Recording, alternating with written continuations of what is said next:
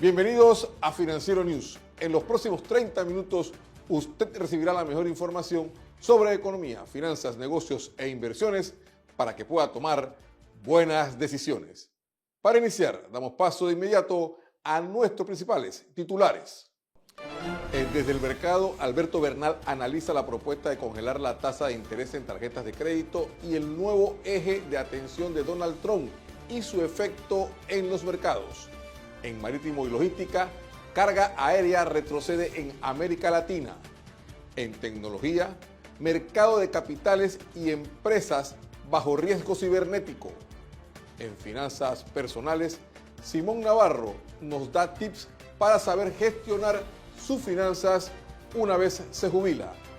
Y en Radar de Inversiones, conozca los instrumentos bursátiles a tomar en cuenta en su portafolio de negocios. Todas estas informaciones y más en breve en su informativo Financiero News. Iniciamos con el programa y en nuestro análisis económico tenemos al economista Mike Magallón. Mike, bienvenido a Financiero News. Gracias, Orlando. En el día de hoy vamos a hablar sobre cómo Panamá finaliza el 2025 y cómo veo que vamos a terminar el 2026. Bueno, y realmente hay muchas cosas que son proyecciones en el 2025 también.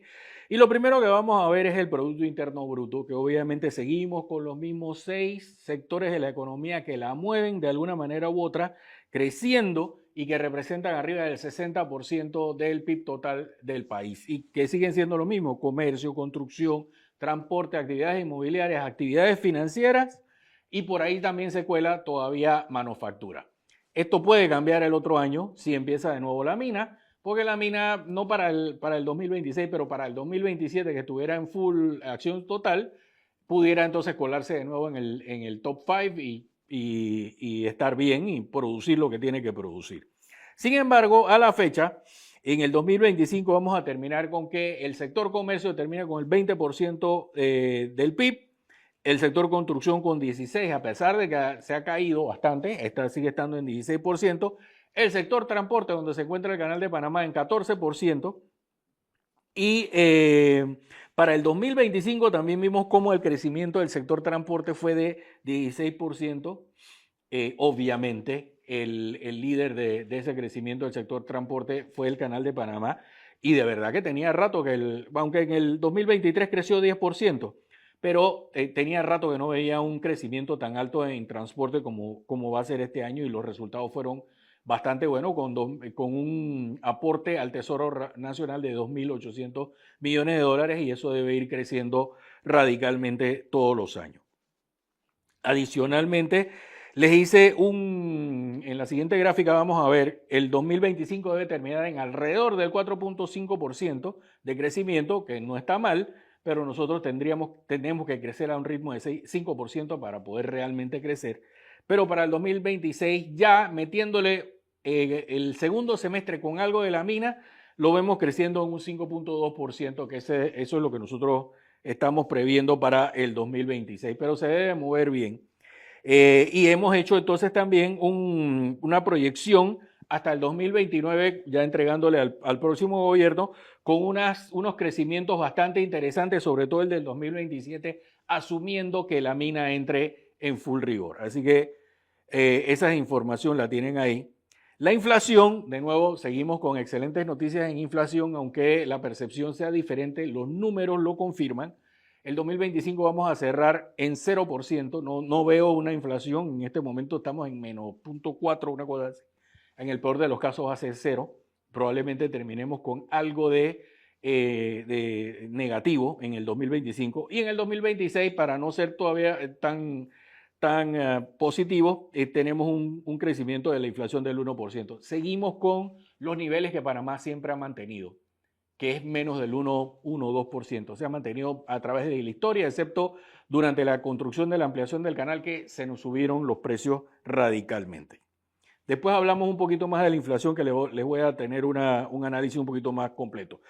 Y luego, a pesar de que el desempleo no hay cifras todavía, lo que yo hice fue proyectar estas cifras. Yo no veo el 2025 cambiando radicalmente, va a estar entre 9, 10, 11% en el peor de los casos, pero no lo veo más de eso. pero ya en el 2026, con la entrada en el segundo semestre de lo que yo pienso que puede ser la mina, debe bajar a un 7,5, 7,4% de desempleo, y ya cuando la mina entre en full funcionamiento, más otros proyectos que esté, ya Panamá debe estar en 5,75, ya estamos buscando el pleno empleo, que ojalá lo alcancemos para el 2029, que es lo que estoy previendo. Al final, para el 2026, el PIB seguirá creciendo a un ritmo mayor del 5%, la inflación seguirá siendo menos del 1%, el desempleo esperemos que esté en menos de 8%, eso es lo que estamos previendo.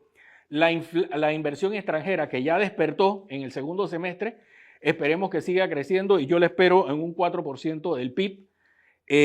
La deuda ya la pararon, ya no está creciendo a los ritmos que crecía anteriormente, así que le esperamos que para el otro año esto siga manteniéndose por debajo de los 60,000 millones de dólares, y el déficit fiscal sí espero que esté en menos de 2%. Eso es lo que estamos esperando para el 2026 y se lo estamos compartiendo a ustedes. Así que, de nuevo contigo, Orlando.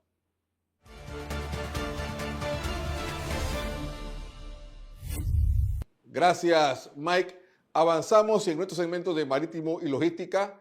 La carga aérea disminuyó en América Latina, según cifras de la Asociación Internacional de Transporte Aéreo. Aquí los detalles.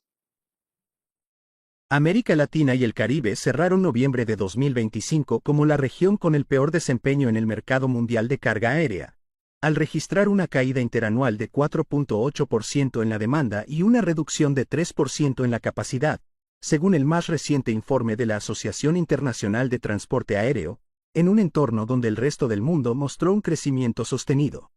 A nivel global, la demanda total de carga aérea aumentó 5,5% frente a noviembre de 2024, mientras que la capacidad creció 4,7%, impulsada principalmente por las operaciones internacionales, que avanzaron 6,9% en demanda y 6,5% en capacidad.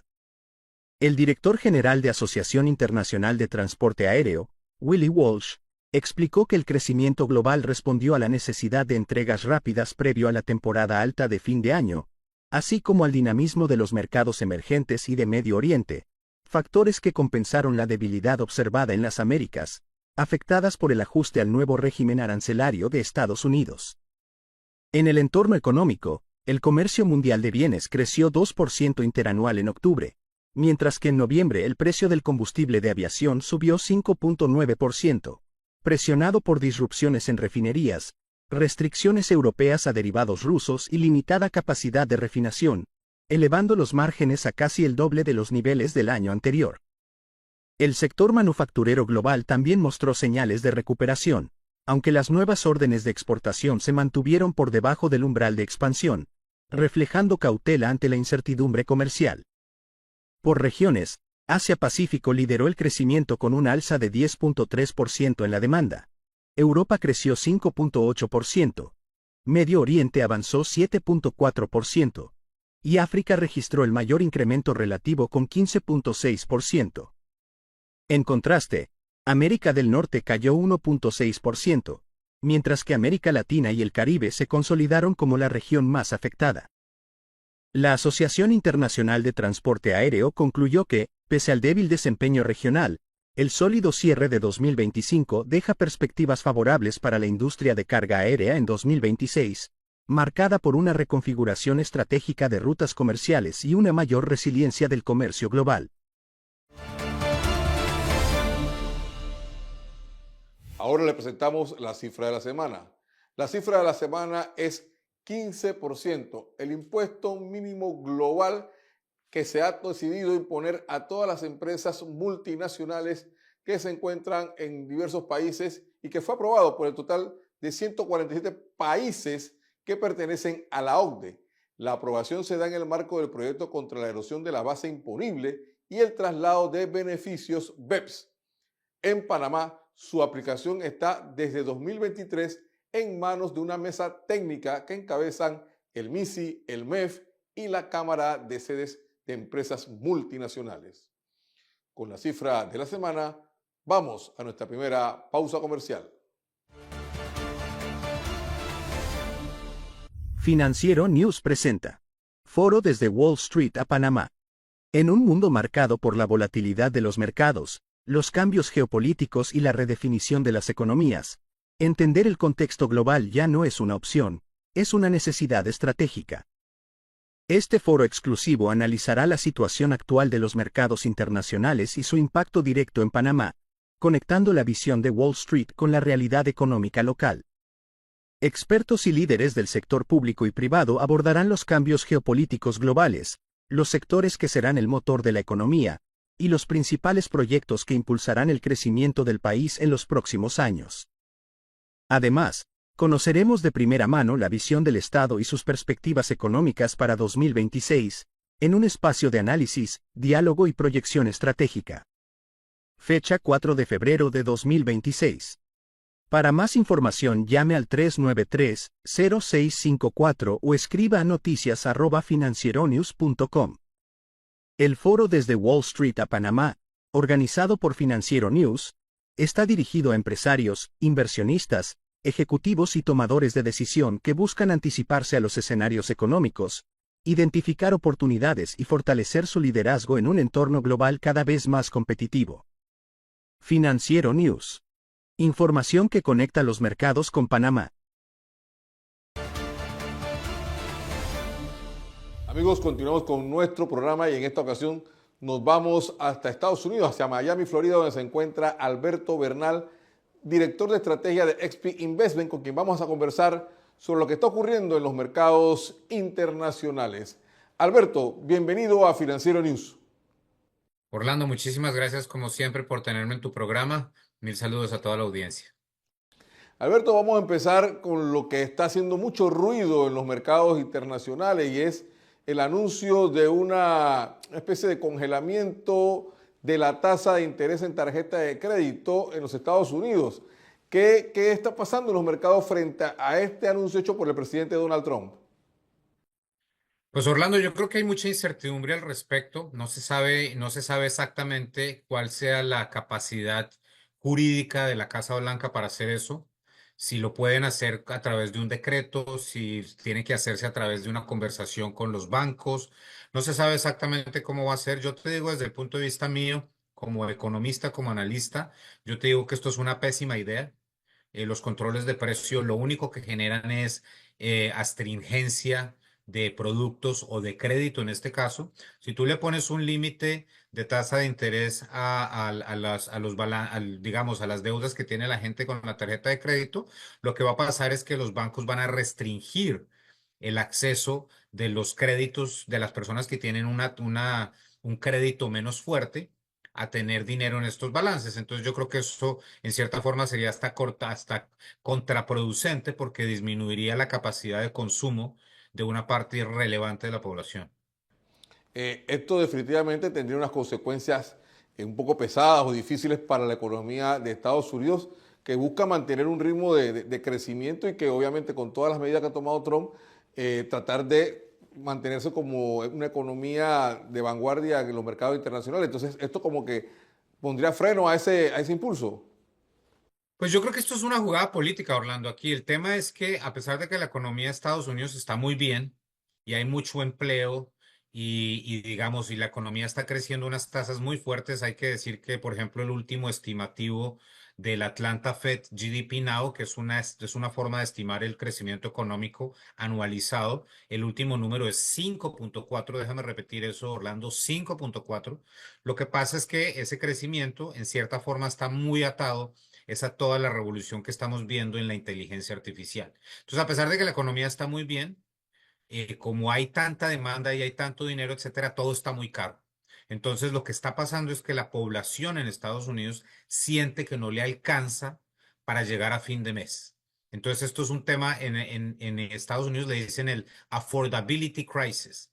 O sea, el problema de la crisis de que no llega a la gente a final de mes, a pesar de que todo el mundo tiene empleo. Entonces, eso es lo que se está volviendo más importante en términos del discurso político y por eso el presidente Trump está pues cayendo en esta tentación de tratar de implementar políticas que claramente a largo plazo son pésimas, pero bueno, en el corto plazo quizás le ayuden un poco a ganarse un poco más de favor de los votantes. En este escenario, Alberto, entra en juego también el nuevo eje de tensión que está avalando, si quiere decir, Donald Trump con todo lo que está ocurriendo en Irán. ¿Qué implicaciones está teniendo esto a nivel de los mercados y qué podríamos esperar en los próximos días? Pues a ver, en el caso de, por ejemplo, aquí hay dos temas importantes. El hecho de que el presidente Trump pudo apresar a Nicolás Maduro es una muy buena noticia. Eso implica que debería haber un incremento de producción de petróleo por parte de Venezuela y eso bajaría el precio del petróleo, que le ayuda a Estados Unidos porque baja el precio de la gasolina y la gente en Estados Unidos tú sabes que maneja mucho. Entonces, si gasta menos manejando, pues entonces se siente mejor en términos de su economía familiar. Por el otro lado, lo que está pasando en Irán, yo creo que lo que está pasando en Irán es espontáneo. Esto no lo organizó el presidente Trump. Las protestas de la gente en Irán son espontáneas. La gente está desesperada con ese régimen autoritario, esa teocracia criminal y quieren un cambio. Y pues lo que está pasando es que ya en este momento, al ver el nivel de protesta y la cantidad de gente que está saliendo y la tragedia que hay porque este régimen criminal está matando una cantidad de jóvenes que han salido a manifestarse, pues el presidente Trump ya no tiene opción diferente sino actuar. Y yo esperaría que el Estados Unidos actúe quirúrgicamente, para tratar de disminuir la capacidad de la Guardia Nacional de Irán de atacar a su propia población. Y eso obviamente ha implicado un incremento del precio del petróleo a nivel global, porque Irán no es que sea un gran productor de petróleo, pero sí tiene la capacidad de obstaculizar el estrecho de Hormuz. Correcto, muchas gracias entonces, Alberto, por tu análisis esta semana. Fue Alberto Bernal, director de estrategia de Expis Investment desde Miami, Florida, en nuestro segmento Desde el Mercado. Te esperamos en una próxima ocasión, Alberto. Muchísimas gracias, Orlando, por la invitación y feliz año para ti, feliz año para toda la audiencia. Que tengamos todos un muy buen 2026. Avanzamos y en nuestro radar de inversiones analizamos hoy el comportamiento de los mercados financieros tradicionales en un entorno marcado por la volatilidad, tasas de interés y alta sensibilidad a los datos económicos. Los mercados reaccionan constantemente a la inflación, el empleo y las decisiones de los bancos centrales. Más que los hechos, son las expectativas los que están moviendo los precios. Veamos entonces lo que plantea nuestro radar sobre los principales instrumentos de inversión en el mercado. Iniciamos con las acciones. En el mercado accionario, el foco se ha desplazado hacia empresas con balances sólidos, generación de caja estable y modelos de negocios resilientes. La volatilidad sigue presente, por lo que la selección y la diversificación son claves. Seguimos con los bonos. En renta fija, los bonos vuelven a ganar protagonismo. Con tasas de interés más altas, ofrecen rendimientos más atractivos y mayor previsibilidad de ingresos frente a años anteriores. Por último, los ETFs o fondos de inversión se consolidan como una herramienta eficiente para acceder a acciones o bonos de forma diversificada, reduciendo riesgos específicos y facilitando la gestión del portafolio. Conclusión: en síntesis, al invertir siempre debe tener presente que persisten riesgos como inflación, ajuste de tasas y factores geopolíticos que debemos analizar al momento de escoger un instrumento de inversión. Para nuestro radar, establecemos que concluye con una señal de cautela activa, con énfasis en diversificación y gestión del riesgo. Ahora nos vamos a nuestra segunda pausa comercial.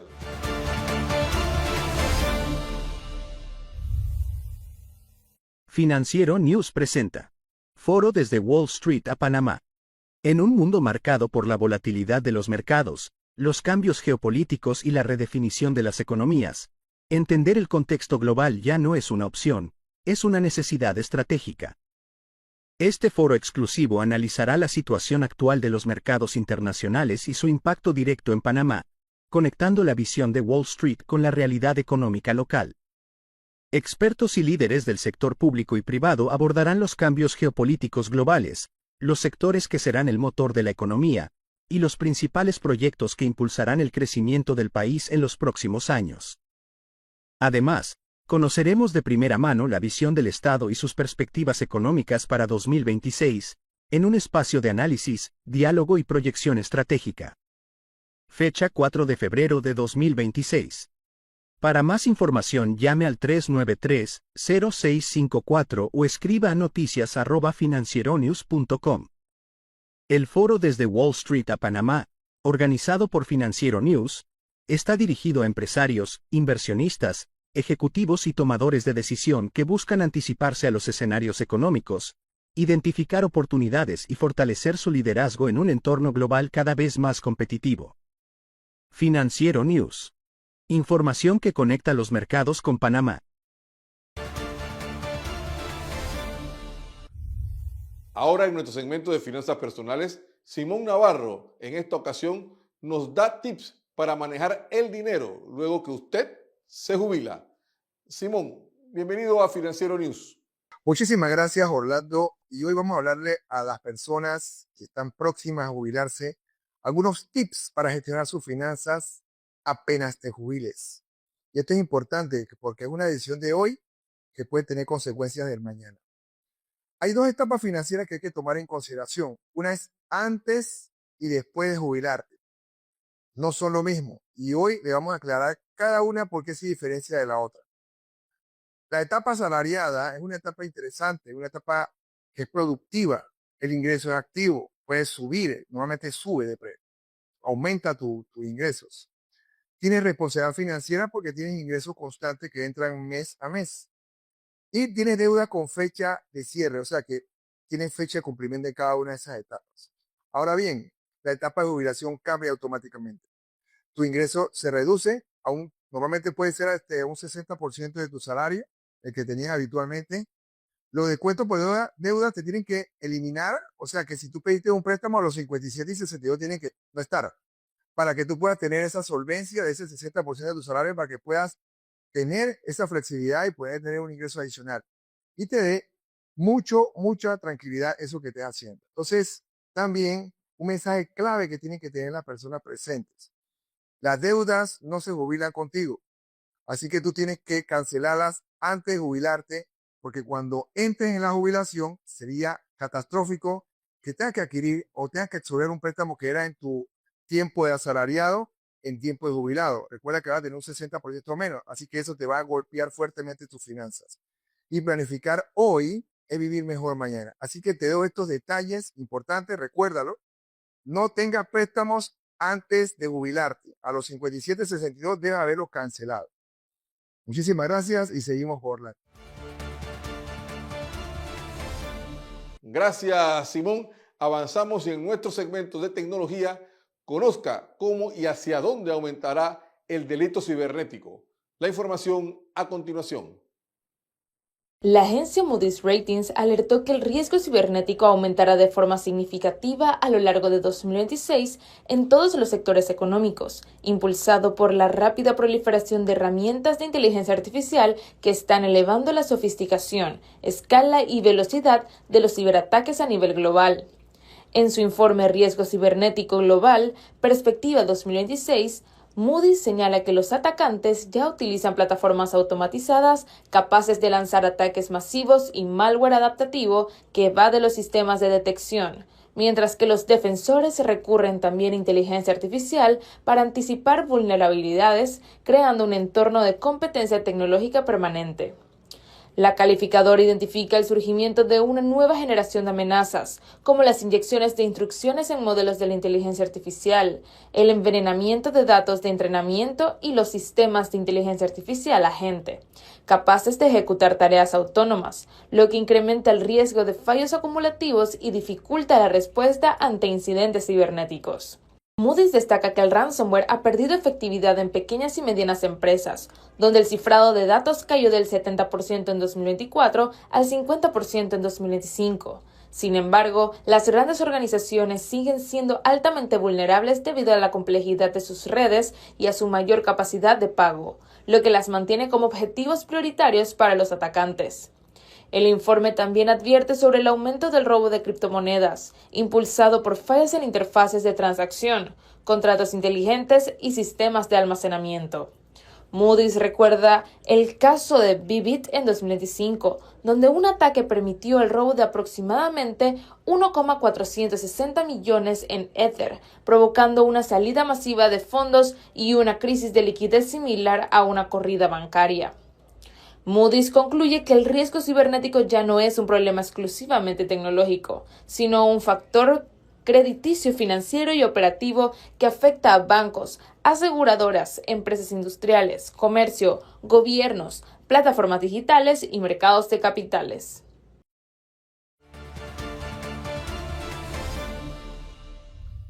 Amigos, y de esta forma llegamos al final de nuestro programa, pero antes los invitamos a seguirnos en nuestras redes sociales y además, si usted quiere volver a ver este programa, puede suscribirse a nuestro canal de YouTube Financiero News. Les invitamos a una próxima edición con la mejor información sobre economía, finanzas, negocios e inversión para que usted pueda tomar buenas decisiones. Hasta pronto.